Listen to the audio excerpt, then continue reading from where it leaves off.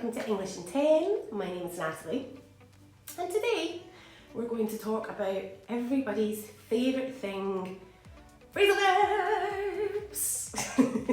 So, I know that you probably all hate phrasal verbs. Usually people don't like them, and you think, whew, there's just so many of them, they're so confusing, they're so hard, I'm never going to learn them all. But it's okay. Just relax, okay? Zen, relax. They are difficult for non-native speakers, but they're not that bad. You just have to learn them like you learn all the other vocabulary that you come across, right? So in this video, I'm going to explain the structure, how they work, the different kinds of phrasal verbs that you get. And then there will be more videos where I talk about specific phrasal verbs. We're going to come across a couple of examples in this video as well. Okay, so don't forget to subscribe to the channel so that you can see those other videos.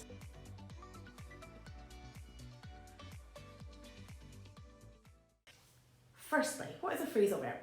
Well, it is a verb plus a particle, either a preposition or an adverb.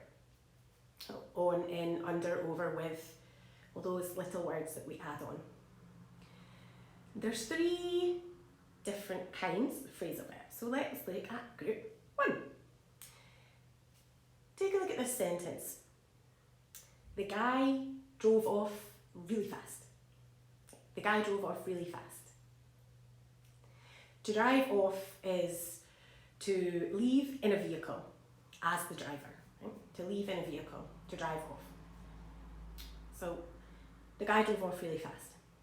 This sentence doesn't have an object. Doesn't have an object. And that's completely okay. Right? That's completely okay. But what this means is that the verb and the preposition have to stay together. The verb and the preposition have to stay together. They're like Blake Lively and Ryan Reynolds. Can't get them apart.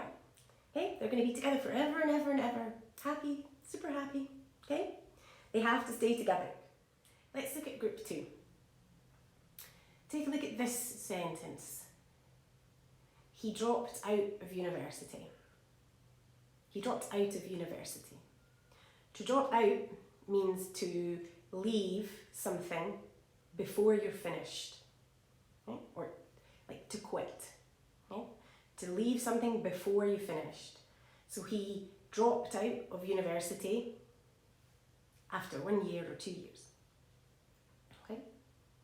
This sentence has an object, but you still can't separate the verb and the particle.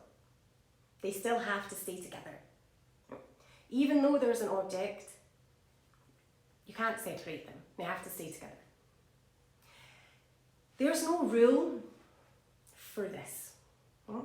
There's no way to know by looking at a verb, by looking at a phrasal verb, whether or not it's separable or inseparable. You have to learn, when you learn the verb, you have to learn drop out. This is what it means. Can't be separated. I'm sorry. All right, good. Let's move on to group three.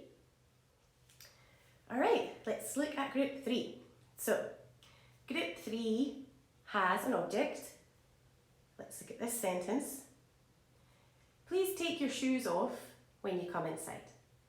Please take your shoes off when you come inside. So what's different about this sentence? There's an object and the verb and the particle can be separated. Okay? For Miley Cyrus and Liam Hemsworth, you can separate them, you can put them together, you can separate them, you can put them together. It doesn't matter, it's up to you. You'll hear people say it in both ways. It's just a style choice. But it's correct to say, please take off your shoes when you come inside, and please take your shoes off when you come inside. It means exactly the same thing. It's just your choice if you want to separate them or leave them together. Okay, so we've seen that you can separate them or leave them together, but there is an exception. If you change the object into a pronoun, so it, him, her, then you have to separate the verb from the particle. They have to come apart. Okay? So if we change your shoes to them, we have to say, please take them off. Please take them off. You can't say, please take off them. Okay? When you change it from the object into a pronoun, you must separate the verb and the particle. Right? Okay. So that is our 3 kinds of phrasal verbs. As I said, there is no rule to identify when it is separable or inseparable. You need to learn that when you learn the verb. But remember your zen, relax, don't get stressed. Just try and learn 2 or 3 phrasal verbs at a time. Okay? And eventually you'll know lots and lots of phrasal verbs and just start to kind of understand better and get more of a feel for them. You start to understand better when you can separate them, when they have to stay together. Just takes time and patience, but it'll be fine. So, I hope that was helpful. Thank you so much for your time and for watching, and don't forget to like this video and subscribe, and I'll see you in the next class.